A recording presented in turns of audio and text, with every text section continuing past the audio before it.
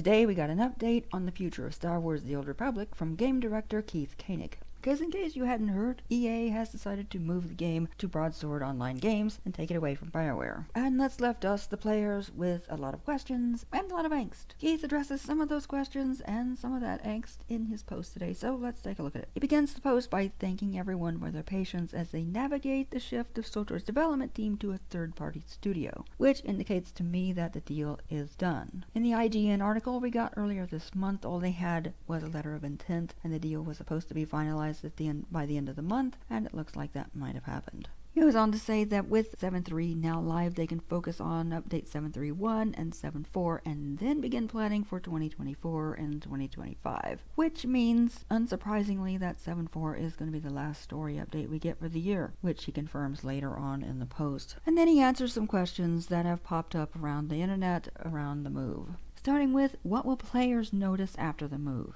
Keith says, not much at all. Players will continue playing the game, and SWTOR.com and the forums will continue to remain online and a source for players to get news and updates. Support for SWTOR will remain unchanged, and players can continue to utilize the EA support page or in-game tools for assistance. As to whether the team will be moving out of Austin, he says, we are already a remote team with the staff working from home throughout the United States and beyond. That said, our physical presence will still be remaining in Austin, and we will be securing a new office space here. I know there was a lot of speculation on the forums about whether the team would have to move, and therefore maybe a lot of people wouldn't actually want to make the transfer, so I guess that should allay those fears. Now for the big one, the one that we're all wondering about, I guess. Is the game heading into maintenance mode? Keith says, absolutely not. As I've said before, we are working on future plans, including more story and modernization initiatives for the game. We've upgraded the game to 64-bit and are working on moving the servers to the cloud. Moving to a third-party studio would allow us a lot of creative freedom, and we're very much looking forward to the opportunities that will be open to us. This last part echoes the sentiments of Chris Schmidt. He's the former SWTOR dev who took to Twitter earlier this month right after we learned the news that the game would be moving to a third-party studio. In his opinion, this is going to be a great move for the SWTOR dev team because they had basically been treated like the red-headed stepchild at BioWare. They'd been making all the money, and BioWare had been using the money for Edmonton and not SWTOR, so he felt that they would have a lot more freedom and a lot more resources to work with in this new environment. So, well, who knows? Hopefully this will actually be the case.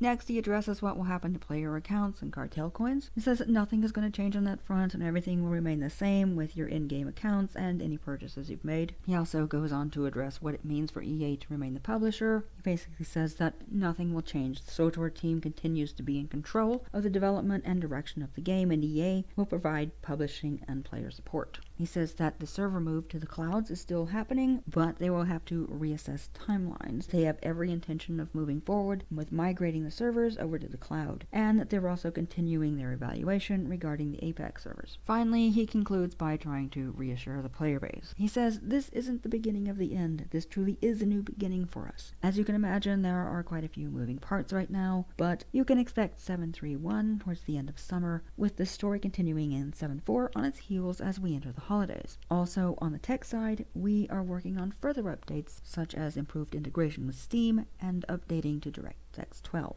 We'll start talking about all of this and more in the coming weeks. So there we have it, a brief update. We didn't get much, but we do have some answers to some of the more practical questions, as well as confirmation that we'll only get one more story update this year, which is a bummer. And I guess it depends on whether or not you want to take Keith's word for it, whether you believe the game is going into maintenance mode or not. So what do you guys think? Is it the end? Is Keith right? Do you believe him? Let us know your thoughts in the comments, and if you found this video helpful, why not give us a like and subscribe for more stuff like this. As always, thanks for watching, and we'll see you next time.